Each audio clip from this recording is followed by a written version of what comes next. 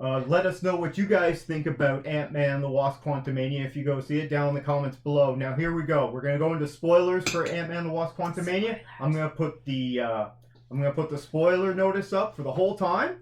And if it's in the chapters, you can jump to the next chapter if you don't want to hear it, or if you stay watching when the spoiler thing goes down, it will be in non-spoilers. I think I screwed that up on the last episode, but I'll get it right this time. Spoilers in the wrong place. Anyway, so spoilers. Okay, spoilers. What was there much to spoil in this? Two big problems. Well, the dialogue was a big problem. The use of Bill Murray was ridiculous. Drink the ooze was a bad line. Well, I didn't drink the ooze. I'm like, really? They made her say that? Yeah, there was bad dialogue. I like the little ooze creature. He was funny. He was one of the only funny things in it. Was that Michael Cera? I don't know who was the little creature. He sounded familiar. But he was funny, and he kept on asking how many holes everyone had because he didn't have any holes. And if you drank his goo, then it was like their universal translator, like they have in Star Trek or whatever. Then you could understand what everyone was saying. Gross. And no, I think that was fun. I thought that was him, fun. Though. I thought that was a fun part of it. And then at the end, he got shot up and he got holes and he was all excited.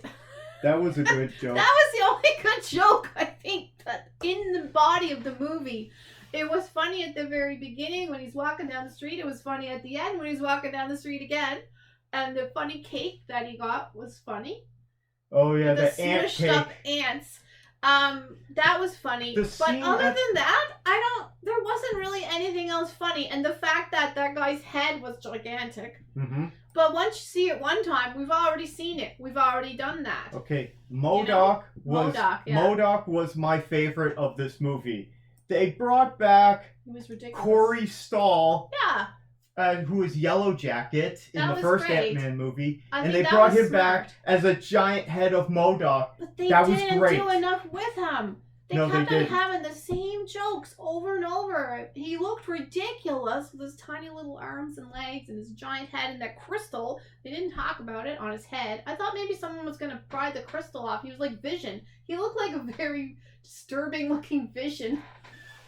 In some of the comic book stories, he shoots a laser or something out of his forehead. They didn't use it. I think this was just jewelry. They didn't use it. He got some quantum realm jewelry and put it on his forehead. A lot more with that. And the joke they tried to tell when MODOK was at the end injured. Okay, I like that. A dick, and he was a dick, and he was a dick, and then again, you're a dick. So they ruined the joke. Yeah, Cassie's like, okay, just stop being a dick. And he's like, it's too late. She goes, it's never too late to stop being a dick. But they said that could have been the tagline for the movie. I enjoyed that. They ruined that last line, though, because the dialogue was so poor between them. Mm-hmm. Like, yeah, I thought it was... And Bill Murray's talents were completely wasted in the movie. Yeah, you could have eliminated that character. There's no reason for him to be there. Being great as Bill Murray and playing a smartass, but...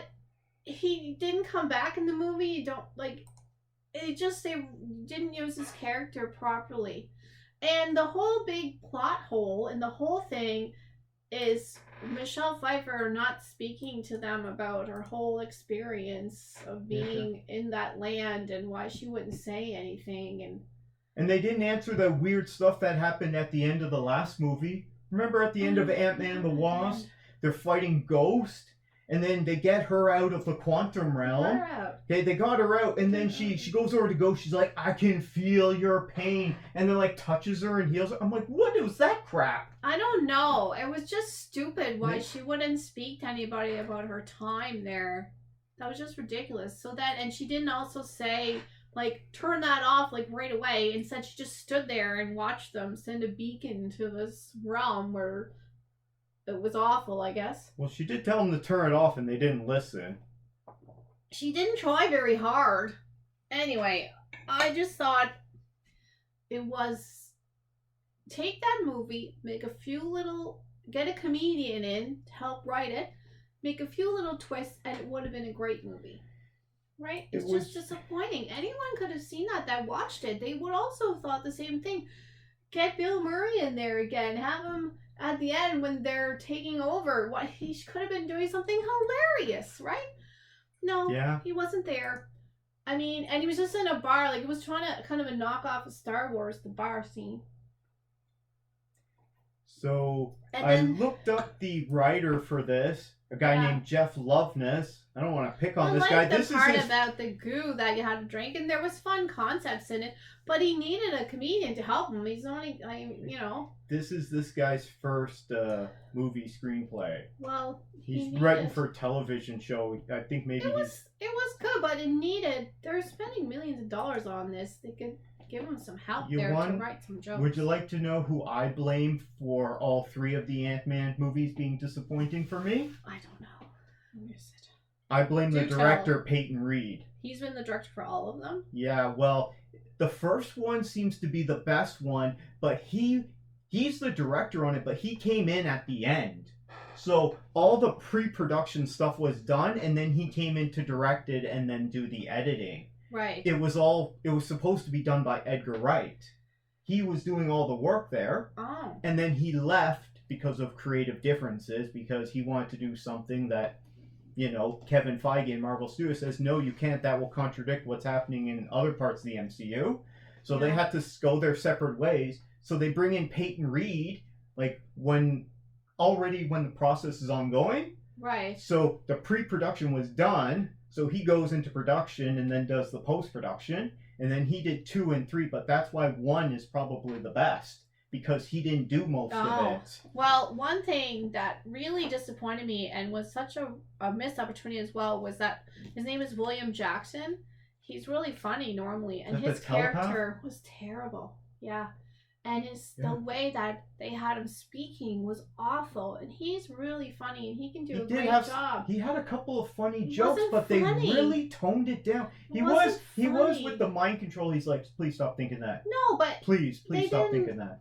all the dialogue with him was terrible, and they could have made it really funny, and it just wasn't. It just fell through. Yeah. I found that really let down the movie because it would slow right down, because the dialogue was so bad. Do you think maybe these 3 Ant-Man movies are made for a much younger crowd, and that's why we're so tough on them?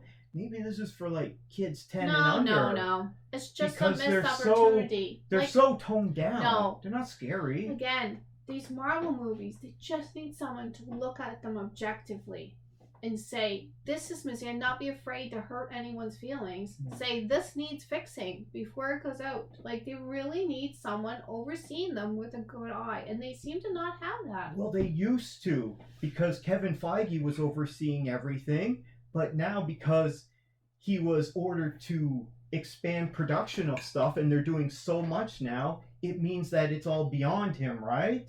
So he's really good at what he does. He's the executive producer on all of them, but there's only so many hours in the day, right? Right. So he is stretched way too thin. And because they're pumping out all this content, they're pumping out 3 movies a year plus Disney Plus shows. That's why he can't work on everything, and they need to bring in more people to go over scripts than that. Plus, they're losing writers and directors, going to DC, going to other places. It was fun, but it just was missing that spark. And poor Bill Murray was misused. Yeah. I don't feel bad for him. I'm sure he got paid. I know, but he's so talented and funny, and he was a real smartass. But his character, nothing happened there. You know why he would do a role like that? Same as why any of these other great actors do it. It's because then they're the cool. He's the cool grandpa now. I guess so. So Cate Blanchett was one of the greatest actresses in the world. She was in Thor Ragnarok, right? I don't remember. She was Hela. Okay. And she was having a great time. And she did it because then she becomes the cool mom. Then suddenly her kids are like, wow, that's amazing, Mom. Listen, nobody. They don't. Cruel and Mom don't go in the same sentence. Maybe cool grandma, but not mom. If you got kids or grandkids or nieces, nephews, and you want to impress them, if you're suddenly an actor or actress, and then suddenly you're one in a modern franchise that they love, and suddenly you appear in it, they'll have a lot more respect for you. I don't think that's what it's about. I think it's about the money there. Anyway, oh yeah, I'm sure and there's money. maybe Bill Murray is buddies with some people that were making this film. But, I mean, he was still great in it, but it was, like, such a misuse. This is just another. It shows what they've been doing with a lot of Phase 4. There's a lot of missed opportunities where these could have been way better. It's like they were only like 70% there. I know. They just need more work. Just need a little bit more. Maybe, and only a comedian just to come in. Even if there tons is of some jokes. plot twist or whatever, we needed the jokes because they can deliver it. Yeah. And like also like the whole thing with the ants, they didn't treat that properly either. Paul Rudd is really funny. He is. Why? And Michael Douglas, like the way that they had his character, he seemed like real dumb. The way they had him speaking, he seemed like a doofus. Yeah, he was kind of like the lost old man in this movie. It Just was kind of wandering really around. He's poor. like, where am I? You know? And, you know, he's like one of the most brilliant scientists in this Yeah, world. Hank Pym. So, yeah, it was pretty stupid. Anyway, fun but dumb. That's what Okay. I'll call it. I gave it a best movie ever. I stick by that. It was fun. Even the worst Marvel movies are still pretty good. And they're still No, more no, no, watchable no, than no. other ones. Not the Eternals. I mean, no, the Eternals is great. That is not lower tier MCU for me at all. Low down Okay? there. I'm not gonna pick on any right now, but even the worst MCU movie is still better than Morbius. Oh, well, Morbius It's was still- another thing. When we were talking earlier It's still better about... than even the worst MCU movie. Is still better than all those I was awards thinking of The movies Matrix. I we've was seen recently. thinking of Lawrence Fishburne as Morbius. Not... I don't think of... Isn't it... Morbius is his name. Morpheus. Morpheus. Oh, sorry. Well, Morbius is the vampire. was terrible. Yes, we both agree on that. Yeah, so even the worst MCU movie is better than that. People are still upset at Sony. Why would you release that garbage? And meanwhile, at the same time, those same people that are upset at Sony for releasing that garbage are Right. also upset at Warner Brothers for canceling the Batgirl movie that's said to be... It must have been going to be bad. They said it was unreleasable. It must have been really bad. Peter Safran and James Gunn are the new heads of DC Yes, Studios yes, at Warner you Bros. told me. Peter Safran came out and said that movie was unreleasable. It must have So, been bad because what's that that? Morbius. Yeah. Am I saying it right? Yes. Morbius. I'm also thinking about the Mobius loop was in Star Trek. Morbius the living vampire is a Spider-Man villain. Anyway, we got off track there. Okay. Anyway, Ant-Man the Wasp Quantumania. I enjoyed it. It's I kind know of it a- sounds like we're giving it a it's kick kind of in, an up and a down. but I just think it could have been great, and they screwed up. yeah, I can't argue with that. I'm still gonna get my physical media copy on 4K when it comes out and watch it again and again. What do you guys think of Ant-Man the Wasp Quantumania? We're out of spoilers now. Leave us a comment down below and let us know your thoughts, or if you're not interested and maybe you didn't like the other ones, or maybe you did. Let us know what you think. We'll read them out in the next episode.